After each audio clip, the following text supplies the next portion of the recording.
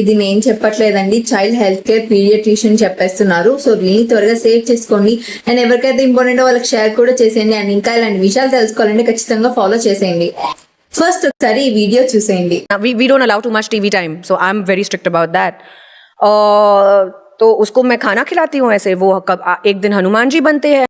So ఇలా మీ పిల్లలు కూడా ఫోన్ లేకుండా అన్నం తినాలనుకుంటే ఈ 2 గేమ్స్ ట్రై చేయండి.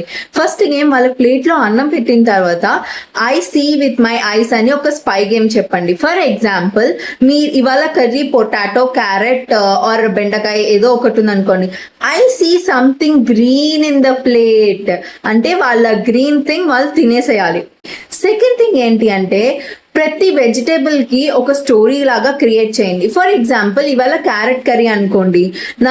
ఒక రోజు ఒక చిన్న అబ్బాయి నడుచుకుంటూ వెళ్తున్నప్పుడు అబ్బాయికి ఒక చిన్న చెట్టు కనిపించింది.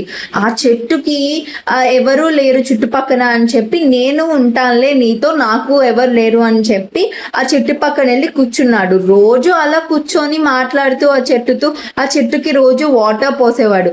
అలా అలా అలా ఆ చెట్టు పెద్దదయ్యి బోల్డ్ అన్ని క్యారెట్స్ వచ్చాయి.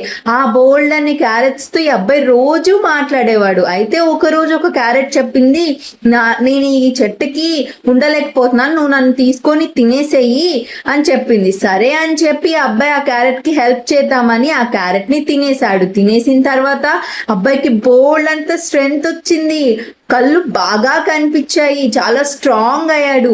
ఇట్లా ఒక స్టోరీ మీరే క్రియేట్ చేసి పిల్లలకి చెప్తూ తినిపించండి. పిల్లలు ఫోన్ లేకుండా హ్యాపీగా అన్నం తినాలంటే ద బెస్ట్ టానిక్ వాళ్ళని ఆకలితో ఉంచేయటం. ఇది నేను చెప్పలేదు, చైల్డ్ హెల్త్ కేర్ పీడియాట్రిషియన్ చెప్పారు. వాళ్ళు ఎంత గోల చేసినా, అరిచి గీ పెట్టినా, అన్నం తింటాం మానేసైనా మీరు ఫోన్ మాత్రం ఇవ్వద్దండి.